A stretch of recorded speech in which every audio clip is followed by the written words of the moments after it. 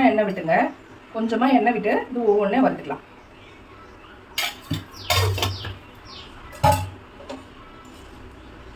நம்ம மிளகுலாம் வறுத்தோம் இல்லையா, அதே சட்டியில் எண்ணெய் ஊற்றிட்டா குழம்புக்கு தேவையான எண்ணெய். இப்போ 2 உருளைக்கிழங்கு கட் பண்ணி வச்சுருக்கேன். இந்த 2 உருளைக்கிழங்கு இந்த எண்ணெயில் வறுத்துக்கலாம்.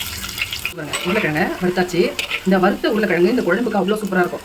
இந்த வறுத்த உருளைக்கிழங்கு வறுத்தோம்னா அதுக்கு ஒரு தனி வாசனை இருக்கு இல்லையா, அந்த வாசனை இந்த குழம்புக்கு சேரும்போது இன்னும் இந்த குழம்போட மனத்தை இன்னும் தூக்கி கொடுக்கும். டேஸ்ட்டும் செம்மையாக இருக்கும்.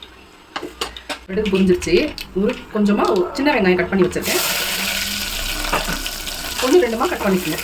முழுசாக இல்லை, 2 பெருசாக இருந்தால் 3, சின்னதாக இருந்தால் 2. வெங்காயத்தோடவே கொஞ்சம் கருவேப்பிலை போட்டுக்கலாம். 2 தக்காளி கட் பண்ணி வச்சுருக்கேன். இந்த 2 தக்காளியும் போடுவோம். இப்போ நம்ம குழம்புக்கு உப்பு போடவே அந்த உப்பு இப்படியே போட்டுக்கலாம். கொஞ்சமாக போட்டுங்க, பார்த்துட்டு போட்டுக்கலாம். டேஸ்ட் பண்ணி பார்த்துட்டு போட்டுக்கலாம்.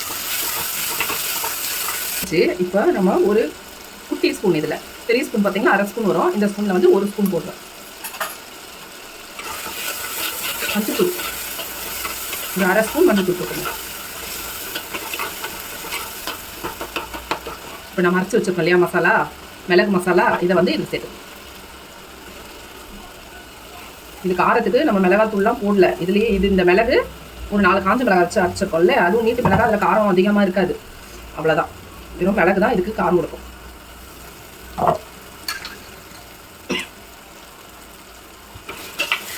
நல்லா மிக்ஸ் பண்ணி வைக்கங்க. நல்லா இது வந்து எண்ணெயில் பொரியணும்.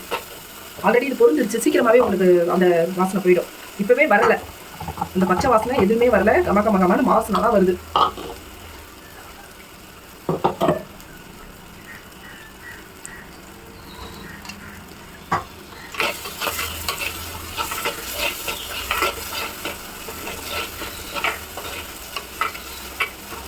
நல்ல வாசனை, கமகமான இருக்கு குழம்பு.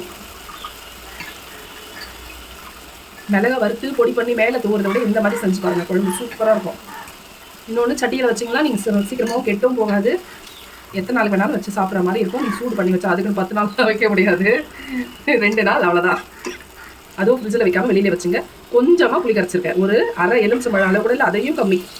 அந்த புளியை அதில் ஊற்றிக்கலாம்.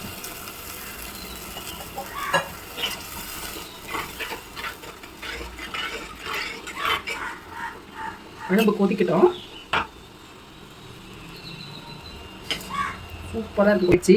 அவ்வளோதான், கொஞ்சமாக இருக்கிற மாதிரி தான் இருப்பாங்க. கொஞ்சமாக ஒரு 1/4 சட்டி தான் இருக்குது. ஆனால் இதுவே நீங்கள் பார்த்தீங்கன்னா ஒரு 6-7 பேர் சாப்பிடலாம். கொஞ்சமாக இவ்வளோ குழம்பு ஊற்றினாலே போதும். ஒரு தட்டு ஃபுல்லாக சாப்பாடு போட்டு சாப்பிடலாம். சூடாக சாதம் போடுங்க. இந்த குழம்பு போட்டு சாப்பிட்டு பாருங்கள், வேறு லெவலில் இருக்கும்.